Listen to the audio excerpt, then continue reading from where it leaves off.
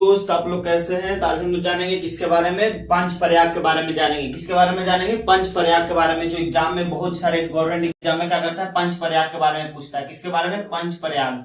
पंच प्रयाग के बारे में जाने हम लोग। पंच प्रयाग कौन कौन होते हैं? पंच प्रयाग कहाँ पाया जाता है? उत्तराखंड में पाया। पांचों प्रयाग कहाँ है? उत्तराखंड में। उत्तराखंड में देव का भूमि कहा जाता है। पंच प्रयाग के चलते ही क्या कहा जाता है? उत्तराखंड को क्या कहा जाता है? देवों का भूमि कहा जाता है। हिंदुओं का बहुत बड़ा क्या होता है? पवित्र स्थल माना जाता है। किसको?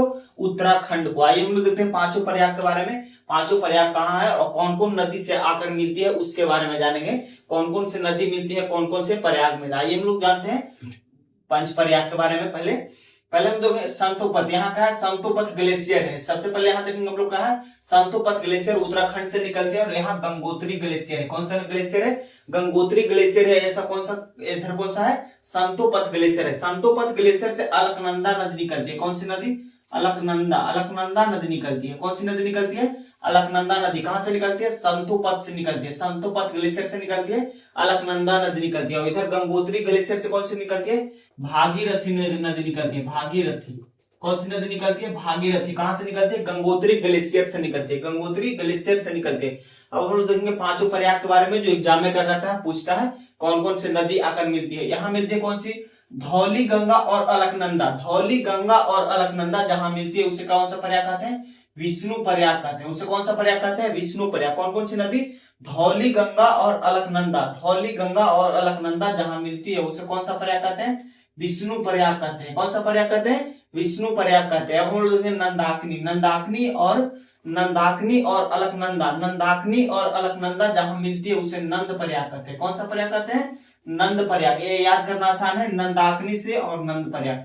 नंदाकिनी से कौन सा प्रयाग? नंद प्रयाग। नंदाकिनी नदी और अलकनंदा नदी जहां मिलती है उसे कौन सा प्रयाग कहते हैं? नंद प्रयाग कहते हैं। कौन सा प्रयाग कहते हैं? नंद प्रयाग कहते हैं। अब हम लोग देखेंगे पिंडारी नदी और अलकनंदा नदी। पिंडारी नदी और अलकनंदा नदी जहां मिलती है उसे कर्ण प्रयाग कहते हैं। कौन सा प्रयाग कहते हैं?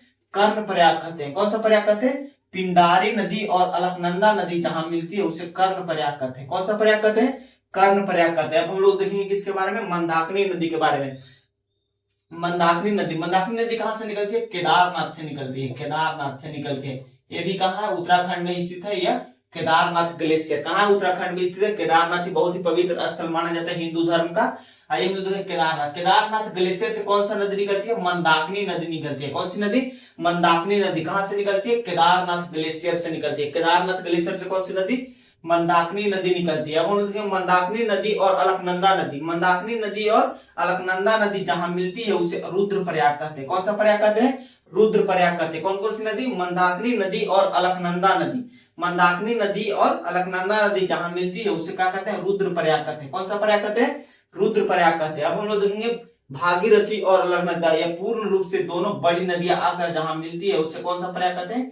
देव प्रयाग कहते हैं। अलकनंदा और भागीरथी दोनों बड़ी नदियां आकर जब मिलती है देव प्रयाग में।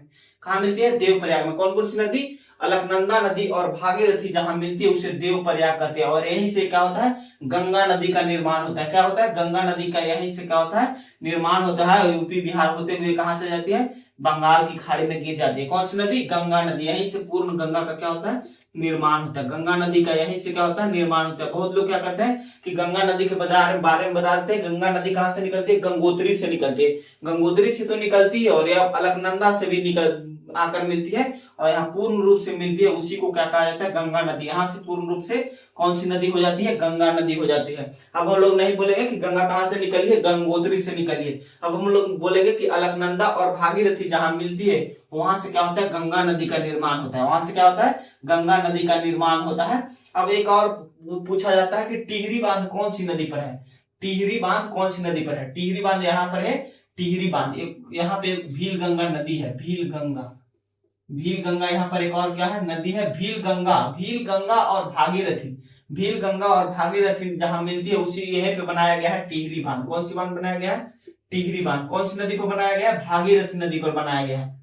कौन सी नदी पर बनाया गया है टिहरी बांध? भागीरथी पर। बहुत ही ऊंचा बांध है टिहरी बांध। या भील गंगा और भागीरथी जहां मिलती है वहां पे एक बांध बनाया गया है। वो कौन सा बांध है? टिहरी बांध है। कौन सा बांध है? टिहरी बांध। यदि एग्जाम में पूछा जाता है कि टिहरी बांध कौन सी नदी पर है, तो हम लोग बताएंगे कि भागीरथी नदी पर कौन सा बांध है, टिहरी बांध। आई होप आप लोग समझ गए होंगे पंच प्रयाग के बारे में, और गंगा नदी कहाँ से निर्माण होते हैं उसके बारे में आप लोग जान गए होंगे पूर्ण रूप से कि गंगा नदी कहाँ से निर्माण होते हैं। आई होप आप लोग समझ गए होंगे। तब तक के लिए धन्यवाद। जय हिंद।